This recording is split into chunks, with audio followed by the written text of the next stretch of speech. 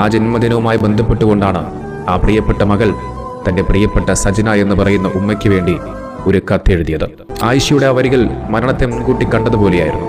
തന്റെ പ്രിയപ്പെട്ട മകൾ മരണപ്പെട്ട് 8 ദിവസം കഴിഞ്ഞ് പഠനമുറികളൊക്കെ വൃത്തിയാക്കുന്ന സമയത്താണ് ഉമ്മ സജിനയ്ക്ക് ഒട്ടിച്ച പോസ്റ്റൽ കവറിൽ നിന്നുമാണ് ആ കത്ത് കിട്ടിയത്. ആ കത്തിലെ വരികൾ ഇങ്ങനെയായിരുന്നു: പ്രിയപ്പെട്ട ഉമ്മ, ഇന്ന് നിങ്ങളുടെ ജന്മദിനമാണല്ലോ. 42 വയസ്സുവരെ ഉമ്മയുടെ ജീവിതം കരഞ്ഞു തീർത്തു. ഇനി മുതൽ ഉമ്മ ചിരിക്കണം. അതാണ് എന്റെ ആഗ്രഹം. ഒരു മകൾ തന്റെ പ്രിയപ്പെട്ട ഉമ്മയ്ക്കായി എഴുതിയ കത്തിലെ വരികളാണിത്. പക്ഷേ ആ സ്നേഹക്കുറിപ്പ് വായിച്ചുകൊണ്ട് തന്റെ പ്രിയപ്പെട്ട മകൾക്ക് നെറുകയിൽ മുത്തം കൊടുക്കുവാൻ അവളിന്നില്ല. ആ ഉമ്മ ഇപ്പോഴും കരയുകയാണ്. പനയമ്പാടത്ത് റോഡരികിലൂടെ നടക്കുകയായിരുന്ന വിദ്യാർത്ഥിനികളുടെ ദേഹത്തേക്ക് ലോറി മറിഞ്ഞ് മരണപ്പെട്ട 4 പേരിൽ ഒരു പ്രിയപ്പെട്ട മകളുടെ കത്താണിത്. ആ കത്ത് വായിച്ച് പൊട്ടിക്കരയുന്ന ഉമ്മയെ ആശ്വസിപ്പിക്കാൻ കൂടെയുള്ളവർക്ക് വാക്കുകളില്ല. തന്റെ പ്രിയപ്പെട്ട ഉമ്മയുടെ ജന്മദിനത്തിന്റെ അന്ന് പോസ്റ്റ് ചെയ്യാൻ വേണ്ടി ഐഷ മോൾ എഴുതി വെച്ച ഒരു കത്തായിരുന്നു